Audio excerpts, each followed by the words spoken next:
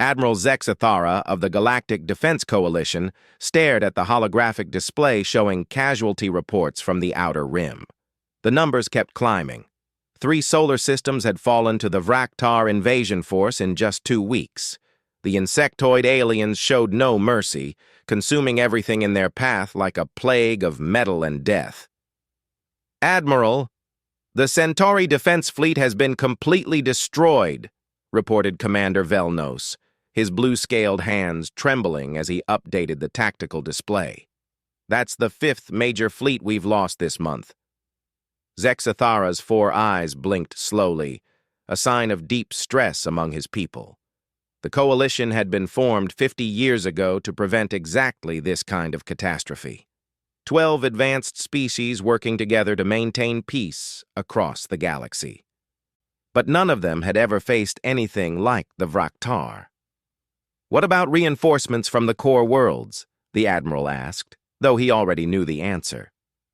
"The Aldorian Parliament is still debating whether to commit their reserve forces. The Crystalline Assembly says their ships are too valuable to risk in direct combat. The Quantum Collective has pulled back their fleets to defend their home systems." Zexathara slammed his fist on the command console, causing several junior officers to jump. "Cowards! Every last one of them!" He took a deep breath, trying to calm himself. "What about our newer members? The ones on the outer edge of Coalition space?" Velnos consulted his datapad. "Well, sir, there's one species that just joined the Coalition 3 months ago. They're from a planet called Earth in the Sol system. Very new to interstellar travel, but they've been surprisingly enthusiastic about Coalition membership." "Humans," Zexathara said, remembering the strange bipedal creatures who had impressed everyone at the membership ceremony with their odd custom of firm handshakes and direct eye contact. "What kind of military do they have?" "Primitive by our standards, sir. No energy shields, no plasma weapons, no faster-than-light combat capability. They still use projectile weapons and chemical explosives. Their largest ships are barely a tenth the size of our destroyers." The Admiral considered this for a moment. Desperate times called for desperate measures. "Send them a formal request for military assistance. Include all the tactical data on the Vraktar. If they're truly Coalition members, they have an obligation to help." "Sir, with respect, what could such a primitive species possibly do against the Vraktar? Their technology is thousands of years behind ours." "Commander, at this point, I'd accept help from Stone Age barbarians if they were willing to fight. Send the message."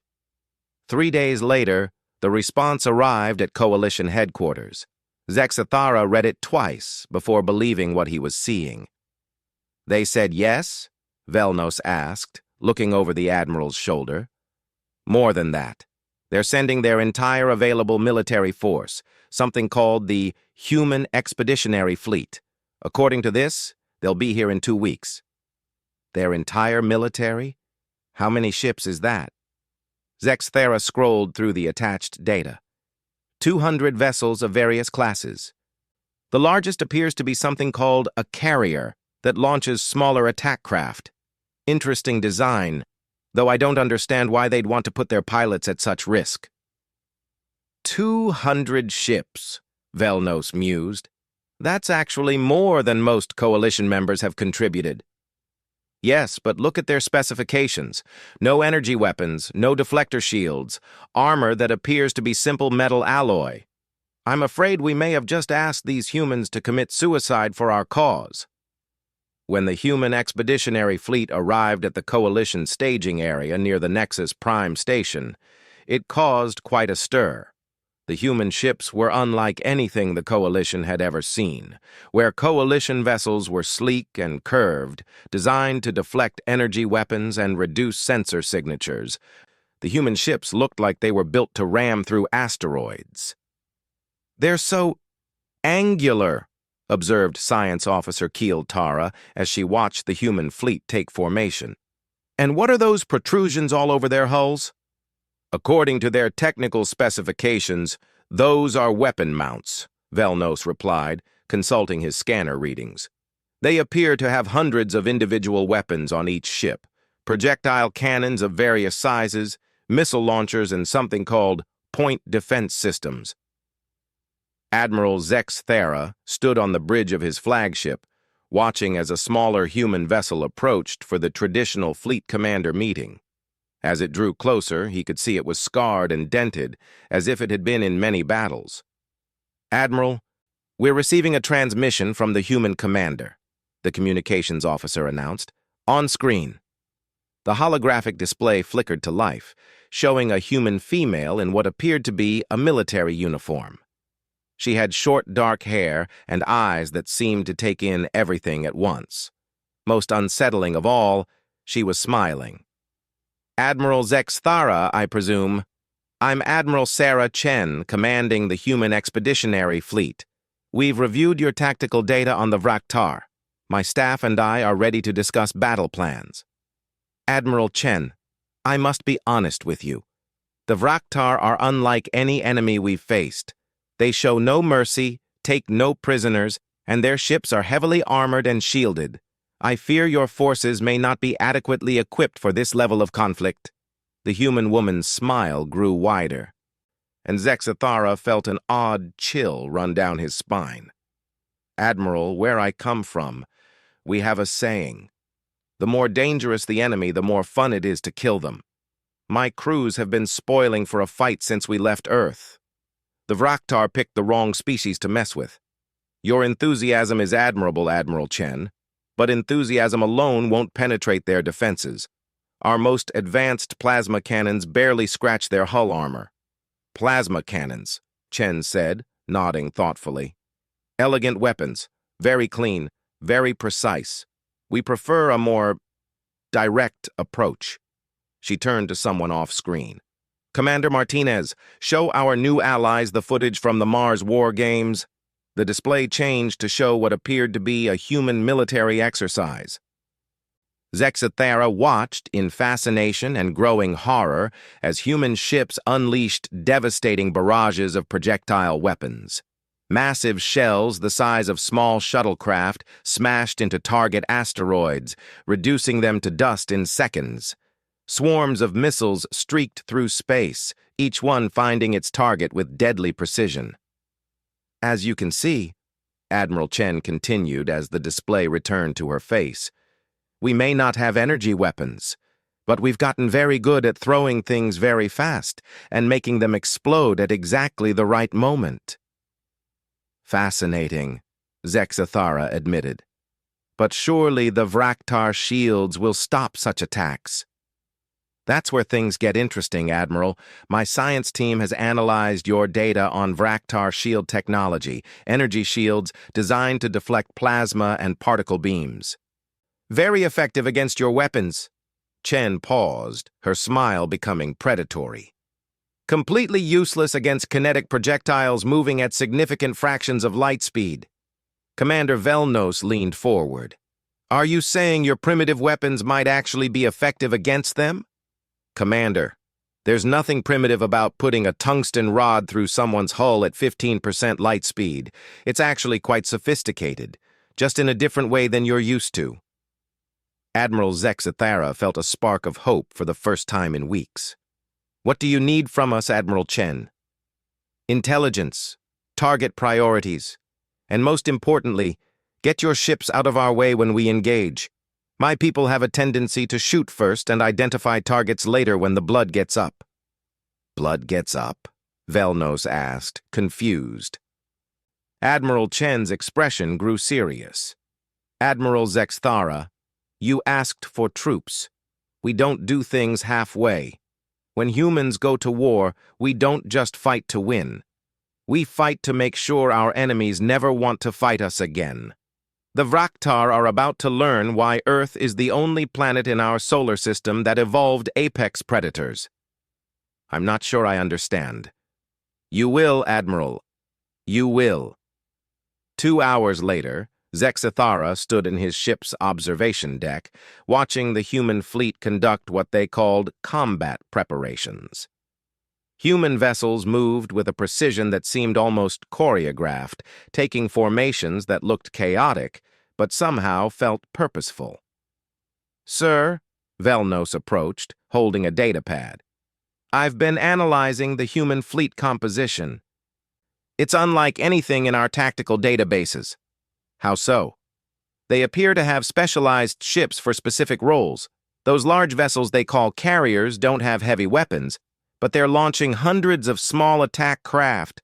The ships they call destroyers are built around single, massive cannons, and those vessels designated as cruisers seem to be nothing but missile launchers with engines attached. Interesting. A completely different approach to naval architecture. There's something else, sir. I've been monitoring their communications. They're not just preparing for battle, they're excited about it. I've never seen anything like it. Zexathera nodded grimly. Neither have I, Commander. Neither have I. As if summoned by their conversation, Admiral Chen's voice crackled over the comm system. Coalition Fleet. This is Admiral Chen. My scouts report Vraktar forces moving into the Kepler 4I-42 system. 3 hive ships, 12 escort vessels, approximately 2 million ground troops already deployed on the 3rd planet. Admiral Chen, Zexathera responded, we should wait for additional coalition reinforcements before engaging such a large force. There was a pause before Chen replied, and when she did, Zexathera could hear something new in her voice, something cold and dangerous. Admiral, those ground troops are enslaving and consuming the population of an entire world as we speak. Every minute we wait, 10,000 more sentient beings die. I understand the urgency, but with respect, Admiral, you asked for our help. We're giving it to you. Human Expeditionary Fleet is moving to engage the enemy immediately. Any coalition vessels that want to follow are welcome to do so, but we're not waiting for a committee to decide whether genocide is worth stopping. On the tactical display, Zexathera watched in amazement as the human fleet began moving toward the Kepler 442 system at maximum speed. 200 ships accelerating as one, their engines blazing like angry stars. Sir, the communications officer called out, we're receiving similar messages from ships throughout the coalition fleet. They want to know if we're going to follow the humans into battle. Admiral Zexathera looked at the tactical display, then at his crew. For the first time in months, he saw something other than fear in their eyes. He saw hope.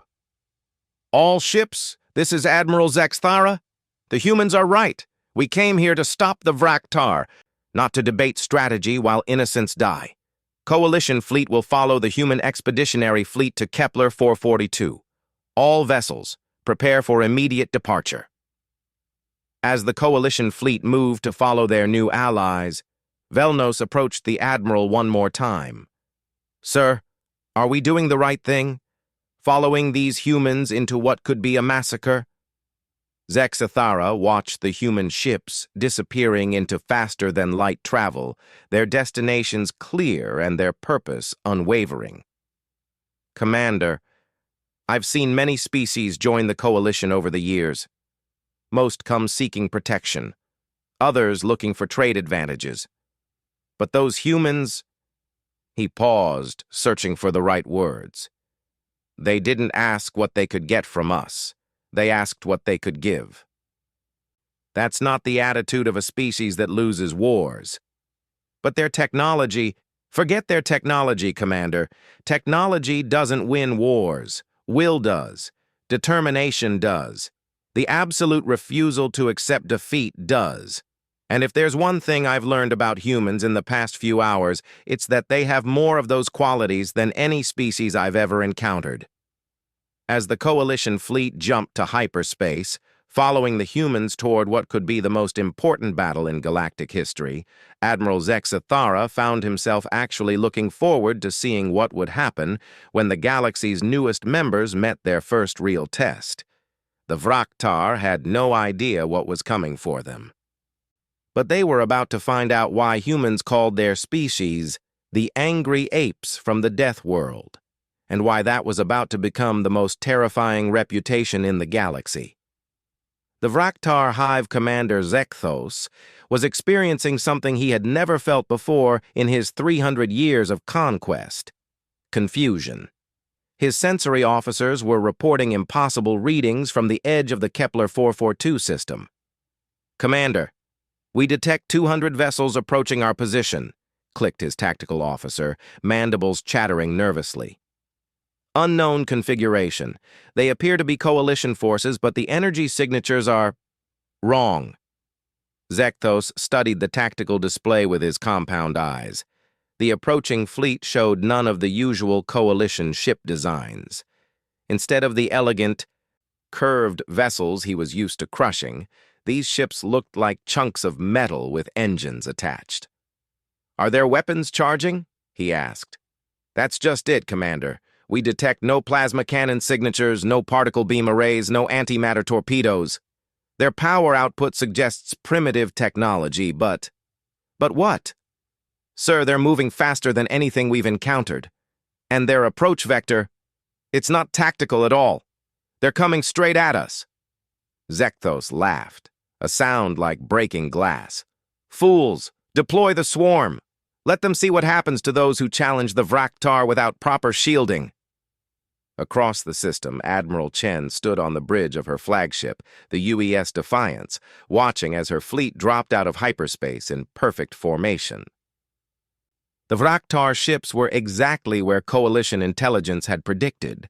3 massive hive ships surrounded by escort vessels, all positioned above the planet they were systematically stripping of life.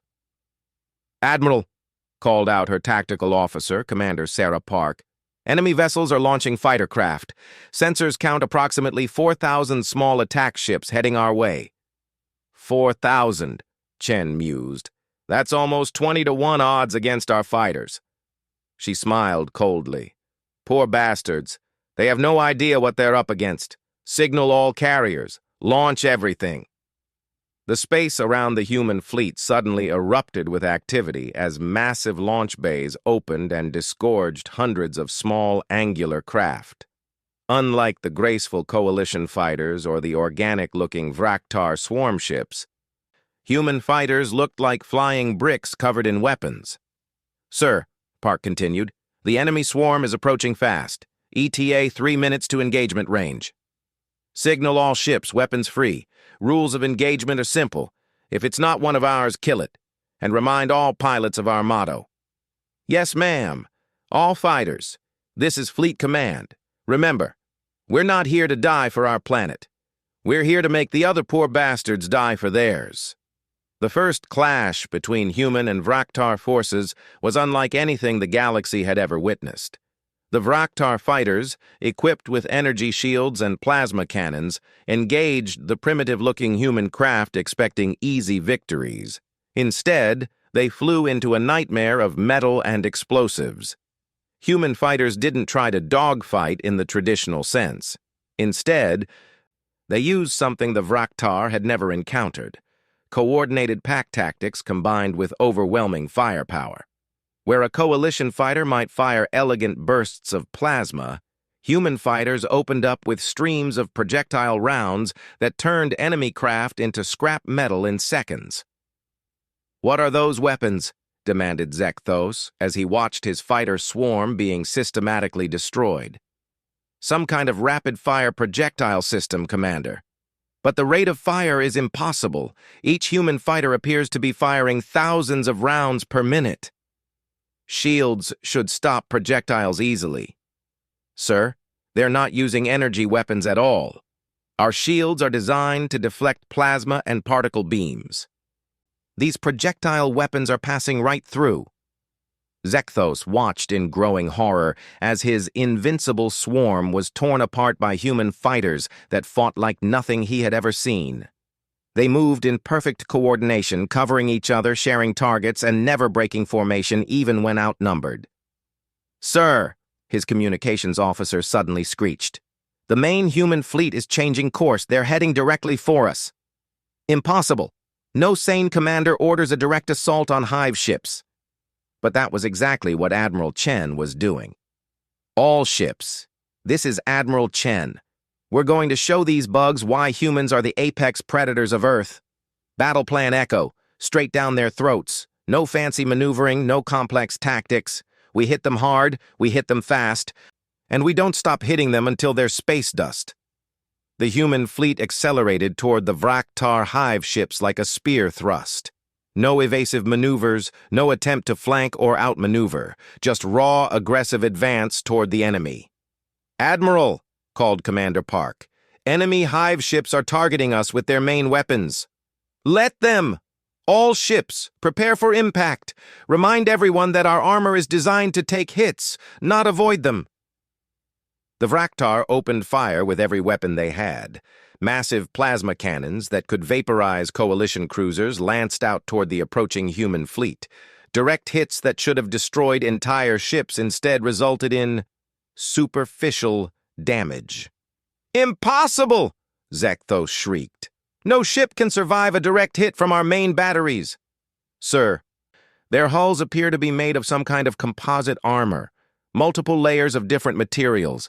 The plasma is penetrating the outer layer but dissipating before reaching critical systems. What kind of primitive species builds ships to absorb damage rather than avoid it?" He was about to find out. The human fleet reached firing range and opened up with everything they had. What followed was not elegant space warfare. It was violence on a scale the galaxy had never witnessed. Human dreadnoughts fired shells the size of shuttlecraft at significant fractions of light speed. These projectiles, each containing explosives that could level city blocks, punched through Vraktar shields like they didn't exist, and tore through hull armor designed to withstand antimatter explosions. The human destroyers, built around single massive railguns, fired tungsten rods at velocities that turned them into relativistic projectiles. When these rods hit Vraktar ships, they didn't just penetrate. They punched clean through, leaving kilometer-long holes that vented the ship's entire atmosphere in seconds. But it was the human cruisers that truly terrified the Vraktar. Each one carried thousands of missiles, and when they fired, space itself seemed to fill with streaking projectiles. These weren't elegant guided weapons. They were swarms of explosive death that overwhelmed point defenses through sheer numbers. "Sir!" screamed the tactical officer. "Hive Ship 2 has lost main power. Hive Ship 3 is reporting critical damage to all primary systems." Zekthos couldn't believe what he was seeing. His ships, which had conquered dozens of star systems, were being systematically destroyed by primitive projectile weapons fired by creatures that had only recently discovered faster-than-light travel. "How are they doing this?" he demanded. His science officer, shaking with terror, provided the answer. "Commander, we've been fighting wars wrong. We've focused on elegant solutions, energy shields, plasma weapons, sophisticated targeting systems. These humans, they've perfected the art of violence. They don't try to be sophisticated. They just hit harder than anything else in the galaxy." The breakthrough moment came when UES Retribution, a human battleship, rammed directly into a Vraktar escort vessel. Instead of trying to avoid the collision, the human captain had used his ship as a weapon. The impact destroyed the Vraktar ship completely, while the human vessel, built with a reinforced bow designed specifically for ramming, continued fighting. "Did they just intentionally ram one of our ships?" Zekthos asked weakly. "Yes, sir, and they're doing it again." Across the battlefield, human ships were using tactics no civilized species had ever considered. They rammed enemy vessels, they used their own ships as shields for damaged allies, and when their weapons ran out of ammunition, they launched themselves at Vraktar ships and detonated their own reactors. Admiral Chen watched the tactical display with satisfaction. "Commander Park, signal the coalition fleet. Tell them they can begin their attack now." "Ma'am, they're asking what they should attack. Our forces have already destroyed or disabled 90% of the enemy fleet." "Then tell them to pick up survivors for interrogation and send a message to the ground forces on the planet. Inform them that the Vraktar fleet is destroyed and we're sending down the Marines." "Admiral, shouldn't we wait for specialized ground assault ships?" Chen looked at her with the expression of someone explaining something obvious to a child. Commander, we are the ground assault ships. Every human vessel in this fleet can make orbital drops. Our Marines don't need specialized equipment. They are the specialized equipment. On the planet's surface, Vraktar Ground Commander HFY was receiving increasingly desperate reports from his scouts. The sky was falling, literally. Human ships were descending through the atmosphere like metal meteors, using heat shields and reverse thrusters to land anywhere they chose. Sir, the humans aren't using designated landing zones. They're landing everywhere at once. How many ships? All of them, sir. 200 vessels have landed at strategic points across the planet. Each one appears to be disgorging hundreds of soldiers. HFY studied his tactical map. In the space of an hour, humans had established landing zones near every major Vraktar position on the planet. It was impossible. No species had the logistics capability to mount simultaneous planetary assaults across an entire world. "What kind of soldiers are they deploying?" he asked. "Unknown configuration, sir. They're wearing some kind of powered armor and carrying projectile weapons. But, sir, they're not attacking in organized formations." "What do you mean?" "They're everywhere, sir. Small groups moving fast, hitting our supply lines and communication posts. It's like they're not even trying to take territory. They're just trying to cause maximum damage." That was exactly what they were doing. Human Marines had deployed using a strategy no other species had ever attempted: controlled chaos. Instead of trying to establish secure beachheads and advance in organized fronts, they had scattered across the planet in small, highly mobile units designed to disrupt everything the Vraktar were trying to do. Colonel Maria Santos, leading the assault on the planet's northern continent, explained the strategy to her confused Vraktar prisoners. "You built your entire invasion around the idea that we'd fight you for territory. But we're not fighting you for ground. We're fighting you for time. Every minute you spend chasing us is a minute you're not processing the local population." "This is not how civilized species conduct warfare," her prisoner clicked in broken standard. Santos laughed, checking her rifle. "Buddy, we're not civilized. We're human. There's a difference." Above the planet, Admiral Chen received a transmission from Admiral Zexathara, who had finally arrived with the Coalition fleet. "Admiral Chen, this is unprecedented. How did you achieve such decisive victory so quickly?" "Admiral Zexathara, you and your people have been fighting wars like they're chess matches. All careful moves and elegant strategies. Humans fight wars like they're bar fights, fast, dirty, and with whatever's handy. But your tactics seem so chaotic." "That's because they are chaotic. We learned a long time ago that if you can't predict what you're going to do next, your enemy sure as hell can't either." "Your losses?" Chen consulted her tactical display. 14 ships damaged, none destroyed.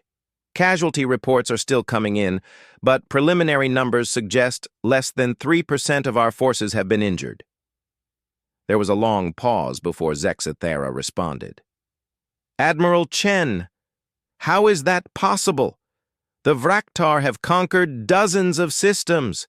They've destroyed entire fleets." "Admiral, let me explain something about humans. We didn't evolve to be the smartest species in our galaxy, or the most elegant, or the most sophisticated. We evolved to be the most dangerous. Everything about us, our tactics, our technology, our entire military philosophy, is designed around one simple principle: make the other guy dead before he makes you dead. And that's why you've been so effective? That's part of it. But the real reason we've been effective is simpler than that." Chen paused, looking out at the burning wreckage of the Vraktar fleet. "We're not fighting this war to protect our territory, or our trade routes, or our political interests. We're fighting it because those bugs thought they could hurt innocent people and get away with it. And humans really, really don't like bullies. On the planet below, the last Vraktar positions were surrendering as human Marines systematically dismantled 3 centuries of Vraktar military doctrine in less than 6 hours. What had taken the insects months to conquer, humans had liberated in a single afternoon. Commander Park approached Admiral Chen with the final battle reports. "Ma'am, planet is secure. Ground forces report all civilian populations have been freed and are receiving medical attention. Vraktar forces have either surrendered or been eliminated. Casualty count? Final numbers: 18 KIA, 47 wounded. Total time from fleet engagement to planetary liberation, 5 hours, 37 minutes. Admiral Chen nodded grimly. The numbers were acceptable, but every human life lost was a price paid in blood. Signal all ships. Prepare for departure. We have 2 more systems to liberate before this is over. Admiral, shouldn't we wait for coalition reinforcements? Establish a permanent garrison. Chen turned to look at her tactical officer with an expression that made Park suddenly understand why humans had become the apex predators of their homeworld. Commander, we're not here to garrison territory. We're here to hunt Vraktar, and we're not stopping until every last one of those bug bastards understands that when you mess with innocents, humans come for you. As the human expeditionary fleet prepared to leave Kepler 442, Admiral Zexathara found himself staring at tactical reports he still couldn't quite believe. In less than 6 hours, humans had accomplished what coalition forces had failed to do in 6 months of fighting. They hadn't just won a battle, they had revolutionized warfare itself, and somewhere in the depths of space, the remaining Vraktar fleets were about to discover that the galaxy's newest members were also its most dangerous. The hunt was just beginning. 3 weeks after the liberation of Kepler 442, the emergency session of the Galactic Defense Coalition Council convened in the Grand Chamber on Nexus Prime. Representatives from all 12 member species gathered around the circular table, but all eyes were focused on the newest addition to their ranks. Admiral Sarah Chen sat calmly in the chair marked Terra Sol System, wearing the same simple military uniform she'd worn during the battle. To her left sat Admiral Zexathara, and to her right, a trembling delegate from the Crystalline Assembly who couldn't stop staring at the human with something approaching religious awe. Council Speaker Mordeth, a tall, ethereal being from the Quantum Collective, called the session to order. We are here to discuss the unprecedented events of the past month. Admiral Chen, the Council requests a formal report on human military operations against the Vraktar invasion force. Chen stood slowly, activating a holographic display that showed the current tactical situation across the Outer Rim. What the Council saw made several representatives gasp audibly. "Honorable delegates," Chen began, her voice carrying easily across the vast chamber. "In the 21 days since the Kepler 442 engagement, human forces have liberated 17 star systems, destroyed 43 Vraktar hive ships, and eliminated approximately 80% of their invasion fleet." The delegate from the Aldorian Parliament, a bird-like creature with brilliant blue feathers, stood up so quickly he knocked over his chair. "Impossible! Our best projections suggested it would take years to push back the Vraktar to that extent." "Your projections were based on coalition military doctrine," Chen replied matter-of-factly. "Humans don't fight by coalition rules." Speaker Mordeth gestured for order. "Admiral Chen, perhaps you could explain to the Council how such rapid success was achieved?" Chen manipulated the holographic display to show ship movement patterns across multiple systems. The Coalition had been fighting a defensive war, trying to hold territory and minimize casualties. Humans don't do defensive wars. We do what we call aggressive problem-solving. "Could you elaborate on that term?" asked the representative from the Centauri Federation, a being that looked like a cross between a dolphin and a tiger. "Certainly. Instead of waiting for the Vraktar to attack our positions, we hunted them down across 17 systems simultaneously. We didn't try to protect every civilian population. We made it impossible for the Vraktar to threaten any civilian population." The hologram showed the progression of human operations. lightning-fast strikes that destroyed Vraktar supply lines, coordinated assaults that left no time for enemy forces to regroup, and a systematic dismantling of invasion infrastructure that had taken the insects months to establish. "But the logistics alone," protested the Crystalline Assembly delegate. "How did you coordinate operations across so many light years of space?" Chen smiled that cold smile that had become famous throughout Coalition space. "We didn't coordinate them. Each human battle group operated independently, with full authority to engage any Vraktar force they encountered. No waiting for orders from headquarters, no committee decisions, no debate about rules of engagement." Admiral Zexathara leaned forward. "Admiral Chen, are you saying your field commanders had authority to start battles without approval from your chain of command?" "Admiral, every human ship captain has authority to engage any threat to innocent life they encounter. We don't wait for permission to do the right thing." The chamber fell silent as the implications sank in. The Coalition's military structure required approval from multiple committees before major operations could be authorized. Human commanders were apparently operating under a completely different philosophy. Speaker Mordeth accessed his datapad, reviewing battle reports. According to these records, human forces achieved a casualty ratio of approximately 500 to 1 against Vraktar forces. How is such a disparity possible? "Because the Vraktar were fighting the wrong war," Chen replied. "They expected to face Coalition forces using Coalition tactics. Instead, they faced humans using human tactics." "And what exactly are human tactics?" asked the Aldorian delegate. Chen's expression grew serious. "Honorable delegates, for the past 50,000 years, humans have been perfecting the art of warfare on a planet where everything is trying to kill everything else. We didn't develop advanced technology first. We developed advanced violence first. Every human weapon, every human strategy, every human military doctrine is based on one simple question: how do we kill the enemy faster than they can kill us?" The representative from the Peaceful Harmonic Collective, a species that had never fought a war in their recorded history, spoke up nervously. "But surely there must be rules, codes of conduct, agreements about acceptable levels of force?" Chen turned to look at the delegate, and her expression made the gentle being shrink back in their chair. "The only rule humans follow in war is this: we fight to win, and we fight to make sure we never have to fight the same enemy again." "What does that mean, practically speaking?" Speaker Mordeth asked. "It means when the Vraktar attacked the Coalition, they weren't just attacking 12 star systems. They were attacking the species that humans had sworn to protect." "And when you threaten something humans have sworn to protect?" Chen paused, letting the silence stretch. "You find out why we're the only species in our solar system that survived the evolution of intelligence." Admiral Zexathara stood up, consulting his own datapad. "Admiral Chen, I've been reviewing the surrender terms your forces offered to Vraktar commanders. They seem unusual."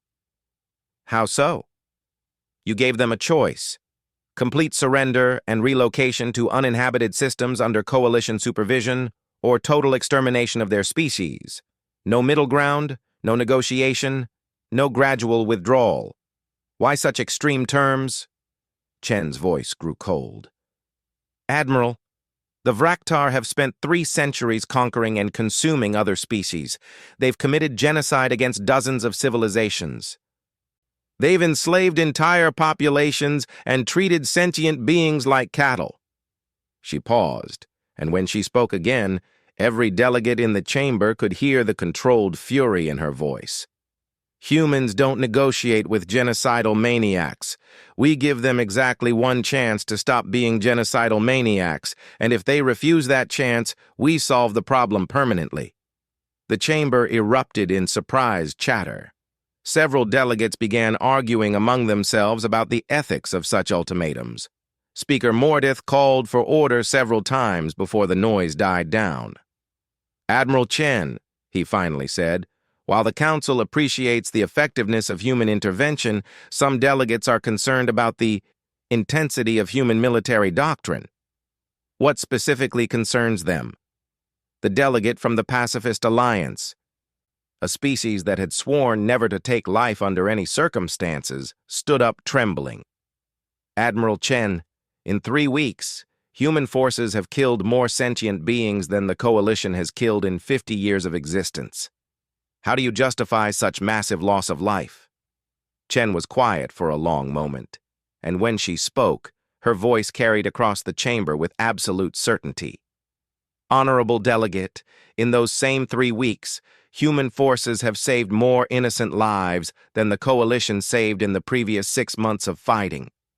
Every Vraktar soldier we killed was a soldier who would have continued murdering civilians if we'd let them live.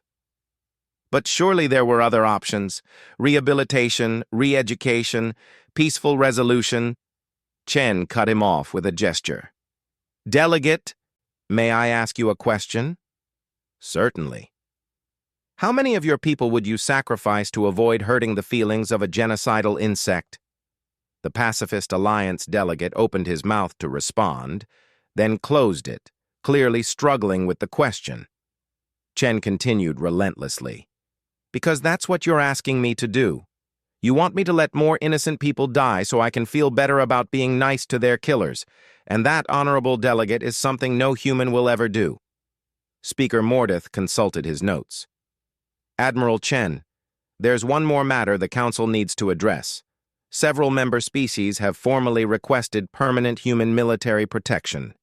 The Harmonic Collective, the Pacifist Alliance, and the Artistic Confederation have all offered to cede military authority to human commanders. And your response? Chen asked. The Council wanted to ask you first. Would humans accept such responsibility? Chen stood up, her hands clasped behind her back in a classic military posture. Speaker Mordeth, members of the Council, let me make something absolutely clear. Humans didn't join the Coalition to become your soldiers for hire. We joined because we believe in the principles the Coalition represents: protection of innocent life, cooperation between species, and the idea that civilization is worth defending. She activated the holographic display again, showing the current map of Coalition space. But if you're asking whether humans will defend Coalition members who can't defend themselves, the answer is yes. If you're asking whether we'll hunt down anyone who threatens innocent life in Coalition space, the answer is yes. And if you're asking whether we'll do whatever it takes to make sure nothing like the Vraktar invasion ever happens again. The display zoomed out, showing the entire galaxy. The answer is absolutely yes. Admiral Zexathara stood up. Admiral Chen, on behalf of the Coalition Defense Forces, I formally request that humans assume primary responsibility for Coalition military operations. The chamber fell completely silent. What Zexathara was proposing was unprecedented, asking the Coalition's newest members to take over military command from species that had been spacefaring for thousands of years. Chen looked around the chamber, meeting the eyes of each delegate in turn. I'll need to consult with Earth Command before accepting such responsibility. But I can tell you what their answer will be. Which is, humans have a saying, with great power comes great responsibility. We've seen what happens when powerful species refuse to use their strength to protect the weak. We've seen the cost of letting bullies go unchallenged. She paused, and her next words carried the weight of absolute conviction. If the Coalition wants human protection, you'll have it, but you'll get it on human terms. What are human terms? Speaker Mordeth asked. Simple. When humans say we'll protect you, it means anyone who threatens you has to go through us first.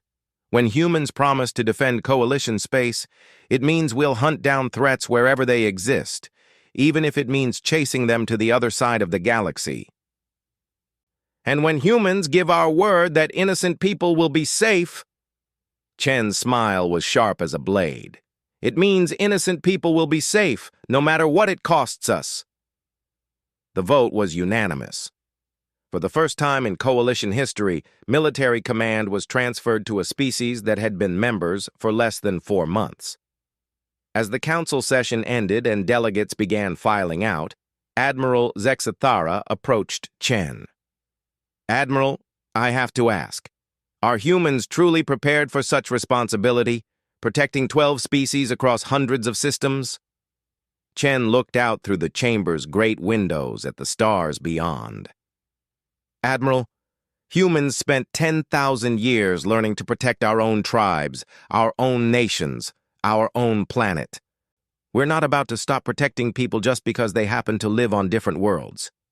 And if other threats emerge, if someone stronger than the Vraktar comes looking for trouble?"